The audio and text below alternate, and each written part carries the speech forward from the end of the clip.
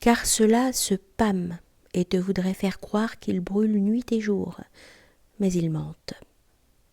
Ment la sentinelle des remparts qui te chante nuit et jour son amour de la ville. Elle lui préfère sa soupe. Ment le poète qui nuit et jour te parle de l'ivresse du poème. Lui arrive de souffrir de quelque mal de ventre et se moque de tous les poèmes. Ment l'amoureux qui te prétend que nuit et jour il est habité par l'image de sa bien-aimée. Une puce l'en détourne car elle pique, ou le simple ennui et il bâille. Ment le voyageur qui te prétend que nuit et jour il s'enivre de ses découvertes, car si la houle est par trop creuse, le voilà qui vomit.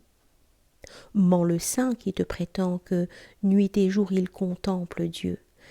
Dieu se retire de lui parfois comme la mer, et le voilà plus sec qu'une plage à galets. Mentent ceux qui pleurent leur mort nuit et jour. Pourquoi nuit et jour le pleurerait-il quand il ne l'aimait pas nuit et jour? Connaissait les heures de dispute ou de lassitude ou de distraction hors de l'amour. Et certes, le mort est plus présent que le vivant, d'être contemplé hors des litiges, devenu un. Mais tu es infidèle, même à tes morts. Mentent tous ceux-là, car ils renient l'horreur de sécheresse, n'ayant rien compris. Et ils te font douter de toi, car de les entendre affirmer leur ferveur, tu crois en leur permanence et, à ton tour, rougissant de ta sécheresse, tu changes ta voix et ton visage quand tu es en deuil, si l'on te regarde. Mais je ne connais que l'ennui qui te puisse être permanent, lequel te vient de l'infirmité de ton esprit qui ne sait lire aucun visage au travers des matériaux. Ainsi qui considère le matériel du jeu d'échecs sans deviner qu'un problème s'y inscrit.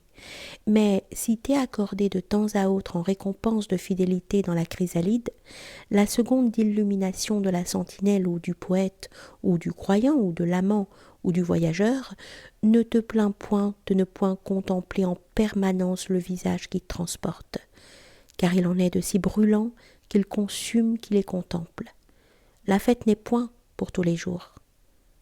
Donc tu te trompes quand tu condamnes les hommes sur leurs mouvements de routine, à la façon du prophète aux yeux bigles qui nuit et jour couvait une fureur sacrée, car je sais trop que le cérémonial s'abattardit dans l'ordinaire en ennui et routine. Car je sais trop que la pratique de la vertu s'abattardit dans l'ordinaire en concession aux gendarmes. Car je sais trop que les hautes règles de la justice s'abattardissent dans l'ordinaire en paravent pour jeux sordides.